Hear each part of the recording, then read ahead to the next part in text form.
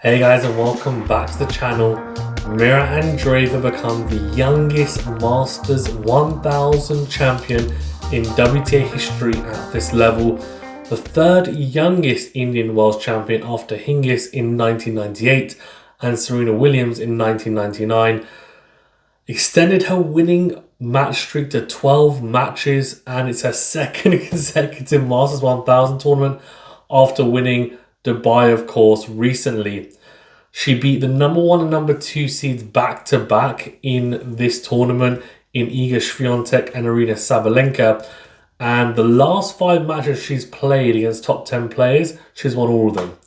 And those have been against Swiatek twice, Rybakina twice, and Sabalenka. So this tournament at Indian Wells has been just incredible from 17-year-old Mira Andreeva, and she follows up what was a very impressive Dubai tournament with this win. She's looking unstoppable right now. She is the player on tour, the unstoppable force right now on tour, and she's great on clay, which is coming up soon. We've got Miami coming up as well. Let's see how she recovers, but I'm telling you now, she's going to be an extremely tough proposition for anyone on tour if she plays the level that we've seen the last few weeks. She will be number 6 in the rankings when they come out on Monday, and it's her first hardcourt win over Sabalenka, beating her 2-6, 6-4, 6-3. Before we get into some more of the stats and post-match analysis, do hit that like button, do subscribe if you're new, and do leave a rating or review if you're listening on a podcast platform. Also, shout out to our members as always, and make sure you click that notification bell so you get alerted to all new uploads. So this was an interesting match for Andreeva coming into it because she went into with a losing head-to-head, of course, and as I said, she hadn't beaten Sabalenka on hardcourt. She'd also lost to her this year in Brisbane and the Australian Open, and pretty comfortably.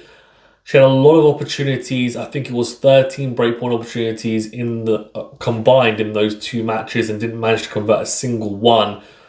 So going into this match, I'm sure she would have been very focused on making sure that she makes those breakpoints and those return games really count when she gets those opportunities, because she's a very potent returner. And even though Sabalenka has still got a very big serve, if you look at her stats in terms of just, I think, solely first serves, let's take it, and it's a shame we don't have unreturnable serves as a stat or regular and common stat, but just the ace count, she doesn't hit that many aces anymore per match, Sabalenka. 1 or 2 is what we're really looking at, and it's not much more than that on average, and that's interesting to see from Sabalenka, because ordinarily in the past she was seen as a serving, I guess a serve bot really, but that hasn't been the case for the last 6 to 9 months anyway.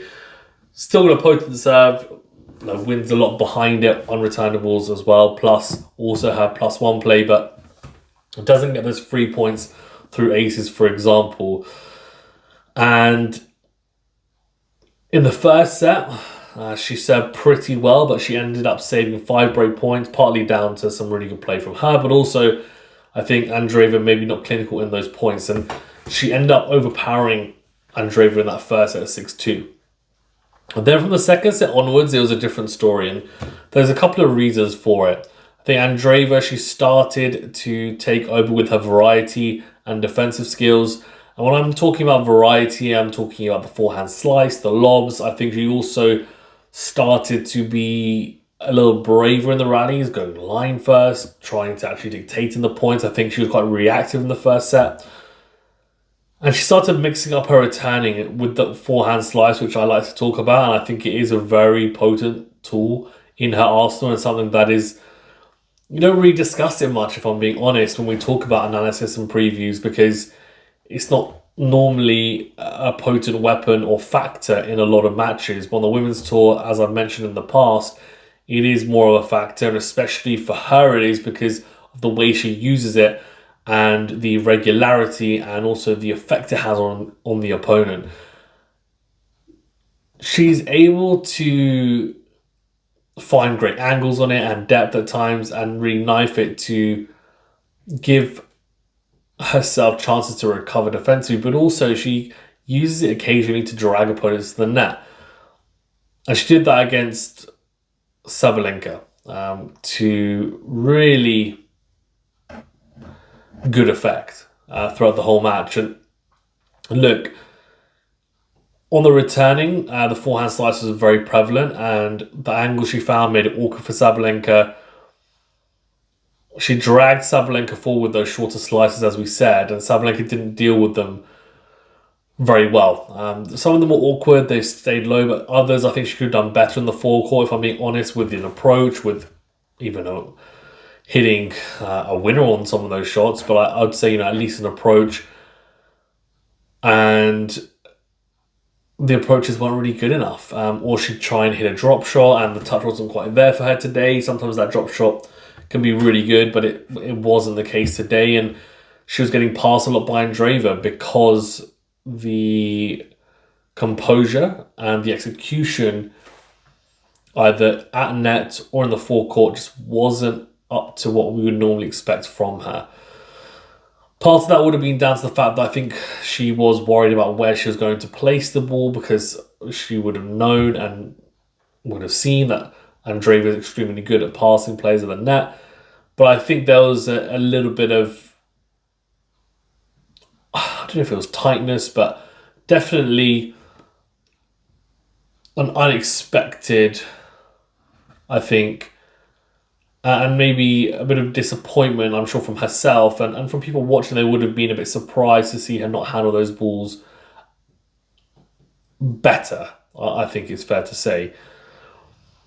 That's not to take anything away from Andreeva, but I think Sabalenka, she'll be a bit disappointed with how she handled some of those points.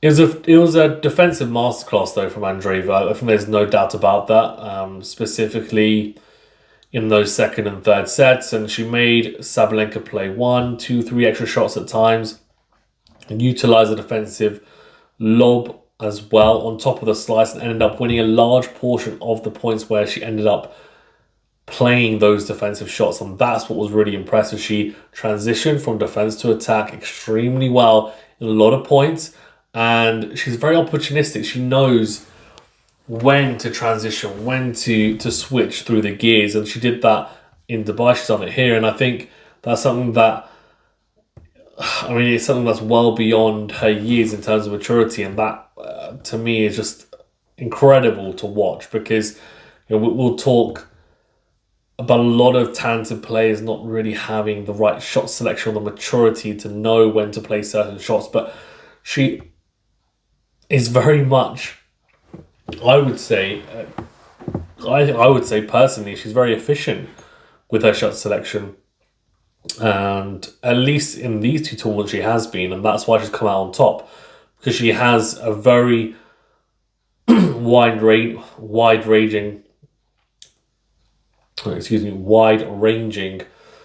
repertoire, and